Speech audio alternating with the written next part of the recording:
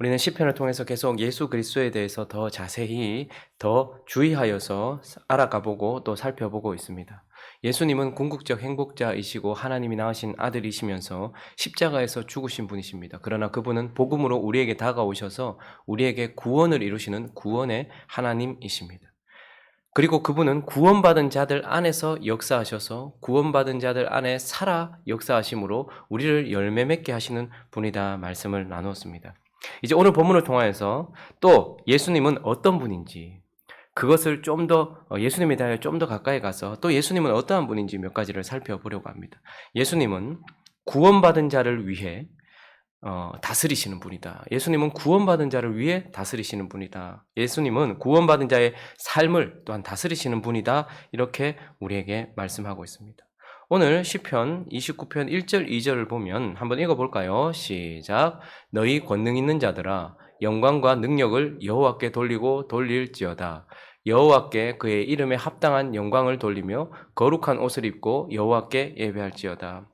이제 너희 권능 있는 자들아라고 말하는 이 권능 있는 자들은 영적인 존재들을 의미하는 그러니까 신의 아들들 이런 뜻이기도 합니다. 신의 아들들 그래서 천사들을 의미한다라고 말하는 사람들도 있고 고대 시대에는 권능 있는 자들이다. 신의 아들이라 불리던 자들은 땅에서 큰 권세를 가지고 있는 자들, 큰 권력을 가지고 있는 자들, 왕이나 이런 자들도 권능 있는 자들이라고 신의 아들이라고 불렸으니까 또 그들이 왕을 의미할 것이다, 권력자들을 의미할 것이다 이렇게 말하는 사람도 있고 이것이 그냥 단순히 하나님을 믿는 하나님의 자녀들이라고 말하는 사람도 있습니다. 그러나 대부분 어쨌든 이 권능 있는 자들에 대하여 영적인 존재들, 천사들이라고 말하기도 하지만 이 땅에 힘 있는 모든 자들을 의미한다고 할 수 있습니다. 그러니 하늘과 땅에 힘 있는 모든 자들에게 영광을, 능력을 여호와께 돌려라 라고 말하고 있습니다. 그에게 합당한 영광을 여호와께 돌려라 라고 말하고 있습니다. 왜 찬송과 권능과 능력을 여호와께 돌리라고 말할까요? 우리는 시편 26편, 27편, 28편에 이어서 29편을 보고 있습니다. 그 시편이 이어지는 동안 어떠한 상황이었습니까? 구원받은 자가 악인들에 의하여, 대적들에 의하여 둘러싸여서 생명의 위협을 받고 있는 상황이었습니다. 그리고 그 구원받은 자가 악인으로 취급받으면서 끌려가고 있는 상황이었습니다. 그런데 그 가운데서 하나님은 한마디 구원받은 자를 향해서도 혹은 대적들을 향해서도 이 악한 세상을 향해서도 한마디 말씀을 하지 않는 것 같은 침묵의 시간이 우리는 계속해서 흘렀다는 것을 보게 됩니다. 27장에서도 28장에서도 하나님의 음성은 들려지지 않습니다. 그리고 구원받은 자가 그 다윗으로 예표되고 있는 그 다윗이 그 시간을 걸어가는 동안 하나님은 어떠한 액션도 취하지 않는 것 같아요. 악인들이 그를 죽이려고 하고 있고 악인들이 그를 둘러싸고 있고 악인 모두가 그를 악인으로 취급하면서 죽이려고 하고 있는 상황 속에서도 하나님은 침묵하시기도 하고 아무런 개입도 하지 않으신 것 같아요. 그런데 왜 오늘 시편 29편에서는 권능 있는 자들아 영광과 능력을 여호와께 돌리라고 말하고 있는 것입니까? 하나님은 드디어 하나님의 백성의 삶에 구원받은 자를 위하여 움직이시고 말씀하시고 액션을 취하시는 분이기 때문이다라고 우리에게 말씀하고 있습니다. 그래서 우리가 기억해야 될 것이 있습니다. 예수님은 우리는 구원하신 분입니다. 예수님은 구원받은 자 안에서 살아 역사하시는 분이십니다. 그래서 우리를 바꾸십니다. 그러나 그분은 또한 우리의 삶에 역사하시는 거예요. 우리 주변에 있는 모든 환경 가운데도 역사하시는 분인 거예요. 그분이 우리의 삶에 구원받은 자를 위해서 왕으로 다스리시고 구원받은 자의 삶의 주변에 다스리시는 분이다, 개입하시는 분이다 라고 말씀하고 있습니다. 그래서 3절부터 9절까지는 왜 우리가 모든 권능 있는 자들아 영광과 능력을 여호와께 돌려야 되는가에 대한 이유가 나오고 있습니다. 하나님께서 드디어 개입하시기 때문인데요. 3절부터 9절까지 제일 많이 나오는 단어가 무엇일까요? 3절도 처음 해보시니까 뭐가 있습니까? 여호와의 소리. 7번이나 반복하면서 여호와의 소리에 대해서 말하고 있습니다. 우리가 그리스도의 계절을 지나는 동안 우리가 열매 맺는 동안 하나님의 음성은 전혀 들려지지 않았는데 그러나 하나님께서 드디어 어떻게 해요? 3절에 보니까 여호와의 소리가 어디에 있다고 말합니까? 물 위에 있도다. 셋째 줄도 보니까 뭐라고 말합니까? 여호와는 많은 물 위에 계시도다. 지금까지는 침묵하고 계셨던 하나님의 음성이 그 여호와의 소리가 들려지기 시작한다는. 그런데 물 위에 그리고 많은 물 위에 우리가 요한계시록을 살펴보면서도 그렇고 구약 성경을 살펴보면서도 그렇고 많은 물은 언제나 바다는 뭘 의미하고 있었습니까? 깊은 바다는 어두움을 의미해요. 빛이 투과되지 않는 어두움을 의미하기도 하고 많은 물은 질서 없이 흔들리는 파도로 그렇게 우리에게 인식되어서 어떻습니까? 혼돈을 의미하기도 했습니다. 그래서 많은 물이란 결국 무엇입니까? 혼돈, 공허, 흑암 이런 것들을 의미하는 것이고 그 구원받은 자를 둘러싸고 있었던 환경, 그 대적들을 의미하는 것이겠죠. 드디어 하나님께서 우리가 왜 권능과 영광을 여호와께 돌려야 되는가? 그분은 침묵만 하시는 분이 아니라 우리 안에서만 역사하시는 분이 아니라 우리를 둘러싸고 있는 삶의 현장 가운데 드디어 물 위에 있도다. 그의 음성이 4절도 읽어볼까요? 4절 시작. 여호와의 소리가 힘 있으며 여호와의 소리가 위엄차도다. 많은 물 위에 공허와 혼돈과 흑암 같은 대적들과 나를 둘러싸고 있는 그 어둠의 환경들 위에 주님의 음성이 들려지기 시작했고 그 음성은 힘 있는 음성이다. 위엄 있는 음성으로 들려지기 때문에 드디어 하나님은 이 대적들과 이 악한 세상에 대하여 말씀하시기 때문에 우리는 영광과 권능을 그에게 돌려야 되는 것입니다.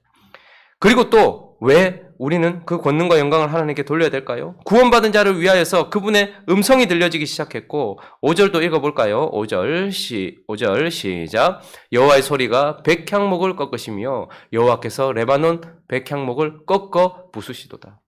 침묵하고 계셨던, 개입하지 않고 계셨던 것 같은 하나님이 드디어 그 소리를 발하시고 이제는 5절에서 뭐라고 말합니까? 그 소리가 그냥 들려지고 존재하는 정도가 아니라 백향목을 꺾으셨다. 개입하셔서 역사하시는 거예요. 여호와께서 레바논 백향목을 꺾어 부수셨다라고 말하고 있습니다. 백향목, 레바논 백향목은 특별히 강함을 상징하죠. 강하고 아름다움을 상징합니다. 그러나 이것이 부정적으로 쓰일 때는 어떻습니까? 이게 자라면 40m 가까이 하늘을 치솟아 올라 자라거든요. 그래서 강함을 의미하기도 하고 아름다움을 의미하기도 해요. 그런데 이것이 부정적으로 쓰일 때는 교만한 자들, 땅에 교만하여 치솟아 있는 자들을 의미하는 것이거든요. 그러니 구원받은 자들을 둘러싸고 있었던 교만한 자들, 그들을 향하여서 그 목소리가 발하여지고 그들을 꺾어 부수시는 하나님. 지금까지는 다윗이 이렇게 억울한 상황을 당하고 힘든 상황을 당해도 아무런 역사를 하지 않는 것 같았던 그 하나님께서 그 음성을 발하시고 드디어 레바논 백향목 같은 그 주변에 둘러싸고 있는 악하고 강한 대적들을 꺾으시기 시작했다라고 말씀하고 있는 것입니다. 그리고 6절을 읽어볼까요? 또한 그분의 음성은 존재하기만 발하여지는 것만이 아니고 또 백향목을 꺾으시기도 하지만 6절 읽어보겠습니다. 시작. 그 나무를 송아지같이 뛰게 하시며 레바논과 시련으로 들송아지같이 뛰게 하시도다. 나무를 꺾으셨어요. 그리고 나서 오늘 6절에 보니까 레바논과 시련, 들송아지같이 뛰게 한다. 레바논 산맥을 의미하는 것입니다. 그러니 하나님의 땅, 약속의 땅에서 가장 높은 산을 의미하는 것이 레바논 산맥을 의미하는 거예요. 시련도 산이죠. 시련은 우리가 쉽게 말하면 헤르몬 산을 말하는 것입니다. 사시사철, 그 계절마다 늘 눈이 항상 위에 덮여 있는 가장 높은 곳을 의미하는 것이죠. 그런데 지금 이 레바논과 시련, 이것은 백향목이 뿌리 내리고 있었던 근거가 되는 거예요. 그리고 레바논과 시련은 헤르몬 산은 레바논 산맥과 헤르몬 산은 가장 높은 산이기도 하고 흔들림 없이 영원부터 영원까지 있을 것이라는 견고함을 상징하기도 하는 것입니다.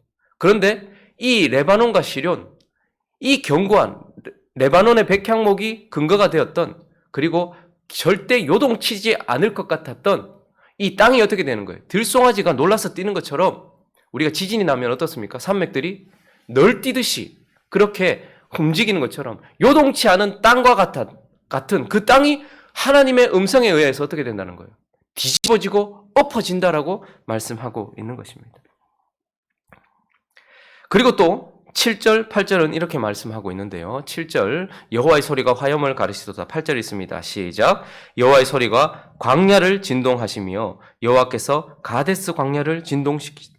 하나님께서 요동하지 않을 것 같은 땅도 이 구원받은 자와 그리고 하나님을 대적했던 이 땅, 요동하지 않는 이 견고한 땅도 흔들어서 하나님께서 뛰게 하시지만 여호와의 소리가 화염을 가르치도다. 여기서 말하는 화염은 번개를 의미하는 겁니다. 자, 그러니까 쾅 하고 번개가 칠 때 천둥과 번개가 같이 치잖아요. 번개가 탁 치고 천둥이 팍 우는 것처럼 하나님의 음성이 그렇게 발하여지니까 8절에는 광야를 진동시키신대요.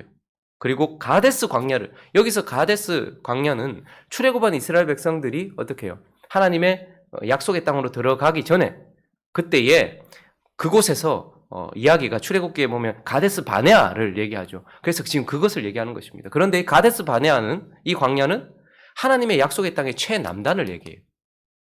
하나님께서 그들에게 주신 팔레스타인 땅에서 최남단을 얘기해요.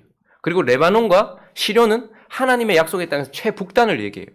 그러니 하나님은 이것을 흔드셨을 뿐만 아니라 가장 남단에 있는 광야도 흔드셨다. 그것을 통해서 하나님의 음성은 약속의 땅 전체에 미치는 영향력이다라는 것을 우리에게 보여주고 있는 것입니다. 그리고 9절 말씀을 또 읽어보겠습니다. 시작. 여호와의 소리가 암사슴을 낙태하게 하시고 살림을 말갛게 벗기시니 그의 성전에서 그의 모든 것들이 말하기를 영광이라 하도다. 그래서 그의 소리가 이제 뭘 하는 것입니까? 암사슴을 낙태한다. 저기는 조산 뭐 이런 의미가 있고 낙태 이런 의미도 있습니다. 그러니 한마디로 말하면 고통을 의미하는 것입니다. 고통과 아픔을 의미하는 것입니다. 그리고 살림을 말갛게 벗긴다. 그러면 민둥산을 보면 다 벗겨지면 어떻습니까? 벗긴다라는 것은 수치를 의미하는 것입니다.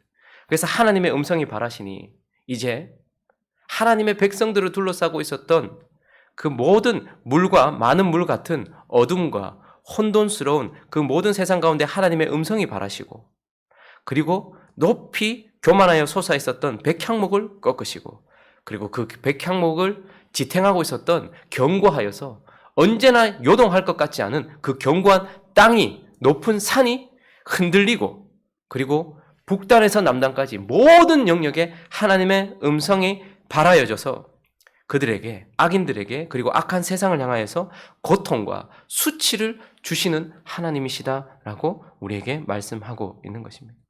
그래서 우리는 하나님이 우리 안에서만 역사하시는 분이 아니라는 것을 기억하셔야 됩니다. 구원받은 자들 안에서 열매 맺기 위하여서 우리에게만 역사하시는 분이 아니라 하나님은 세상을 다스리시는 왕이시다. 구원받은 자를 위하여 구원받은 자를 둘러싸고 있는 삶에 하나님의 음성이 창조하셨던 그 하나님의 음성이 질서를 이루셨던 그 하나님의 목소리가 그 소리가 이제는 악에 대하여 심판하시고 악에 대하여 다스리시는 소리로 또한 발하여지고 있다라는 것을 말씀하시면서 하나님은 구원받은 자의 삶에 말씀하시고 개입하셔서 통치하시고 심판하시고 다스리시는 하나님이시다라고 우리에게 말씀하고 있는 것입니다. 또 두 번째, 오늘 29편을 통해서 우리가 살펴볼 것은 또 하나님은 예수 그리스도는 어떤 분이신가? 또 우리가 기억해야 되는 것은 구원받은 자의 열매 후에 다스리시는 분이다. 구원받은 자의 열매 후에 다스리시는 분이다 라고 우리에게 말씀합니다. 여러분 시편 27편을 가보시면요. 27편 마지막 절 27편을 마무리하면서 우리에게 이런 말씀을 던져주셨습니다. 읽습니다. 시작. 너는 여호와를 기다릴지어다. 강하고 담대하며 여호와를 기다릴지어다. 너는 여호와를 기다릴지어다 라고 말합니다. 여러분 27편은 어떤 상황이었습니까? 26편 하나님 앞에서 자기가 온전한지 살펴보라고. 지금 그런 상황 속에서 27편은 대적들이 그를 둘러싸고 있고 그를 죽이려고 하고 있는 상황이었습니다. 그런데 그 가운데서도 어떠하였습니까? 끝까지 하나님을 믿는 신뢰, 하나님을 향한 신뢰를 가지고 그곳에 서 있었던 구원받은 자의 모습을 보았습니다. 그리고 28장에서는요. 28장에서는 악인으로 취급받으면서 비난과 조롱 속에서 지금 그런 상황을 걸어가면서도 끝까지 하나님을 붙들고 신뢰하고 있는 모습을 보였습니다. 그리고 오늘 29편에서는 드디어 하나님의 음성이 들려지고 하나님의 개입과 심판의 역사가 드러나는 거예요. 그런데 이 모든 것들이 언제 일어나냐 이 말입니다. 시편 29편은 26, 27, 28 이후에 있습니다. 그러니 하나님의 개입과 하나님의 역사하심이 그리스도의 계절을 지나가는 동안 하나님의 백성들에게 열매를 맺고 난 이후에 하나님이 그 열매 후에 하나님의 백성들 안에서 열매를 거두시고 하나님의 백성들 안에서 열매를 만드시고 난 이후에 하나님이 그를 둘러싸고 있었던 악인들과 그를 둘러싸고 있는 삶에 대하여 개입하고 계시는 것을 보게 되는 것입니다. 여러분, 우리가 이것을 기억할 필요가 있습니다. 왜 하나님은 침묵하고 계시는 것 같지? 왜 하나님은 악에 대하여, 이 어두운 세상에 대하여 아무 일도 하지 않으시는 것 같지? 왜 내 삶 속에는 이런 대적들과 악한 자들에 의한 고통이 있고 악한 세상에 대한 변화가 일어나지 않는 것이지? 라는 우리를 힘들게 하는 상황들이 있습니다. 그런데 하나님이 개입하지 않는 분이 아니라는 것을 오늘 시편이 말씀하시면서, 그러나 언제 개입하시고 언제 하나님께서 역사하시는가? 하나님은 먼저 우리 안에서 역사하셔서 이 악과 대적들과 이런 그리스도의 계절을 허락하셔서 그 계절을 지나는 동안 우리 안에 열매가 맺혀지고 난 이후에, 그 이후에 하나님께서 역사하시더라는 말입니다. 우리의 개인적인 삶을 봐도 그렇습니다. 왜 하나님은 이 문제를 해결해 주시지 않지? 왜 하나님은 내 옆에 있는 이 사람을 바꾸시지 않지? 하나님 바꾸시지 않는 것이 아니라 순서가 있는 거예요. 먼저 하나님께서 어떻게 하시는 거예요? 이 모든 상황들을 통해서 이 그리스도의 계절에 십자가의 길을 걸어가고 있는, 그리고 그리스도의 계절을 지나가고 있는 우리를 먼저 어떻게 해요? 바꾸시고 열매 맺게 하시고. 그래서 시편 29편은요. 구원받은 자의 열매 이후에 나타나는 시편인 것입니다. 구원받은 자의 합당한 열매, 그리고 구원받은 자가 주와 같은 열매를 맺고 나니, 그리스도의 계절을 지나는 동안 그 열매를 맺고 나니 하나님께서 어떻게 하십니까? 구원받은 자의 삶을 다스리기 시작하시고 그 주변에 있는 악인들에게 역사하시기 시작하시며 물과 많은 물 위에 그의 음성을 들려주기 시작한다라는 것을 우리에게 말씀해 주고 있는 것입니다. 마지막으로 한 가지 더 교훈을 살펴본다면, 예수 그리스도는 또 어떤 분이십니까? 우리 안에서만 역사하시고 우리만 열매 맺게 하시는 분이 아니라 구원받은 자를 위하여 삶을 다스리시고 열매 후에 다스리시지만, 또 한 가지 기억해야 될 것이 있습니다. 구원받은 자와 함께 다스리시는 분이다. 구원받은 자와 함께 다스리시는 분이다. 여러분, 시편 28편에 보면요, 그리스도의 계절을 지나는 동안 그 하나님의 백성들이 맺은 열매들이 몇 가지 드러나는데, 시편 28편 2절을 한번 볼까요? 그가 끝까지 여호와를 기다리고 있습니다. 그러면서 28편 2절을 보면 읽습니다. 시작. 내가 주의 지성소를 향하여 나의 손을 들고 주께 부르짖을 때에 나의 간구하는 소리를 들으소서. 그가 간구들의 열매를 맺고 있다는 것을 보게 되죠. 그리고 9절에도 보면 시작. 주의 백성을 구원하시며 주의 산업에 복을 주시고 또 그들의 목자가 되시어 영원토록 그들을 인도하소서. 하나님의 나라와 하나님의 백성과 하나님의 사명, 그 사역, 거기에 복을 달라고 하나님께서 영원히 그들을 인도해 달라고 그가 간구했어요. 자, 그래서 우리가 기억해야 될 것은 하나님의 음성과 그분의 개입은 하나님의 백성의 열매 이후이기도 하지만 하나님의 백성들의 그 열매 가운데 있었던 그의 기도와 간구 이후에 나타나는 역사이기도 하다라는 것입니다. 그러니 하나님이 언제 우리 삶에 개입하셔서 우리 주변에 있는 악인들을 치시고 우리 삶의 질서를 잡으시면서 우리를 건져내시는가? 그것은 우리가 열매 맺고 난 이후이기도 하지만 어떻게 해요? 하나님의 백성들이 하나님께 기도함으로, 간구함으로 그에게 올려드리고 난 이후에 그 간구를 통해서 하나님이 역사하시는 것이고, 그 간구와 함께 응답으로 하나님께서 역사하고 계시다는 것도 우리가 기억해야 됩니다. 그래서 구원받은 자의 삶이 그렇게 중요한 이유는요, 하나님께서 그분의 역사를 이루어 가실 때 홀로 창조하셨던 그분이, 홀로 우리를 구원하셨던 그분이 이제 구원받은 자들의 기도를 통하여, 구원받은 자의 간구를 통하여서 하나님이 어떻게 하시는 거예요? 역사하시기 시작하시는 것입니다. 하나님은 구원받은 자의 기도의 응답으로서 그 음성을 바라셨고, 하나님은 구원받은 자들의 간구를 통하여서 하나님의 개입을 시작하신 것을 우리에게 말씀해 주고 있는 것입니다. 말씀을 정리합니다. 하나님은 우리를 구원만 하시는 분이 아니에요. 예수님은. 그리고 예수님은 구원받은 자 안에서 역사하셔서 살아계셔서 우리를 변화시키시고 열매 맺게 하시는 분이시지만 그것만 하시는 분이 아니에요. 하나님은 우리를 열매 맺게 하기 위하여 허락하셨던 그 그리스도의 계절에 있었던 그 어두움과 차가움과 그 모든 상황과 환경들의 목소리를 바라시고, 그리고 개입하셔서 심판하시고 다스리시는 왕으로서 좌정하시는 분이다라는 것을 우리가 기억할 필요가 있습니다. 그래서 우리는 기다릴 의미가 있는 것입니다. 하나님 나만 바꾸고 끝내는 게 아니구나라는 것을 생각하기 때문입니다. 그래서 오늘 시편 29편은 이렇게 마무리를 하고 있습니다. 10절과 11절 읽어보겠습니다. 시작. 여호와께서 홍수 때에 자정하셨으며 여호와께서 영원하도록 왕으로. 자, 잠깐 여기까지. 여호와께서 홍수 때에 자정. 지금 이 말은 언제를 의미하는 것일까요? 구약에서 홍수는 언제입니까? 노아의 시대 때. 우리가 잘 아는 것처럼 노아가 120년 동안이나 방주를 지었습니다. 거기에 있었던 모든 자들이 악에 치우쳐 있었고, 그리고 노아를 향하여 미쳤다라고 얘기하면서 노아를 비웃고 조롱하였을 것입니다. 그러나 오늘 본문 말씀을 마무리하면서 뭐라고 얘기합니까? 여호와는 홍수 때에 어떻게 하셨대요? 좌정하셨어요. 하나님은 노아의 방주가 지어지는 동안 침묵하시는 것 같았습니다. 노아의 방주를 짓는 그 긴 시간 동안 하나님은 아무런 개입을 하지 않는 것 같았어요.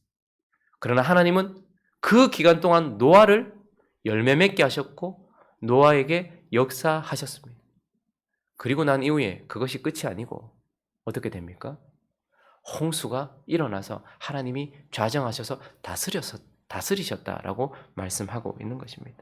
방주가 지어진 후, 노아가 열매 맺은 후, 노아가 간구한 이후에 하나님의 소리가 발하여지고 그래서 하늘이 열리고 땅이 터지면서 홍수가 시작되었고 하나님은 그 모든 것에 심판하시고 그분이 역사하셨다라는 것을 보게 되는 것입니다. 그와 마찬가지로 지금도 여호와께서 어떻게 해요? 영원하도록 어떻게 하신다는 거예요? 왕으로 자정하실 것입니다. 지금도 왕으로 자정하시고 계시는 것입니다.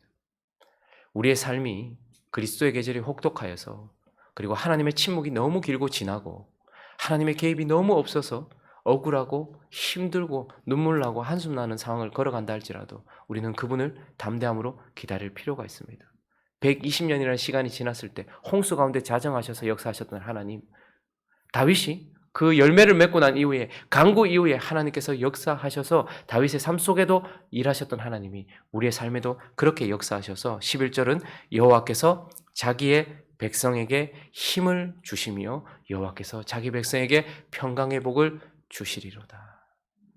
우리에게 그렇게 역사하실 하나님이시라는 것을 기억하며 그리스도의 계절을 지나며 열매 맺고 열매가 맺어지고 주께 대한 간구가 드려지고 나면 하나님이 우리를 힘들게 만들었던 환경도 우리를 둘러싸고 있었던 대적들도 다스릴 것을 기억하며 오늘 하루도 그리고 이번 한 주도 힘있게 살아가는 저와 여러분 되시기를 예수 그리스도의 이름으로 축원합니다.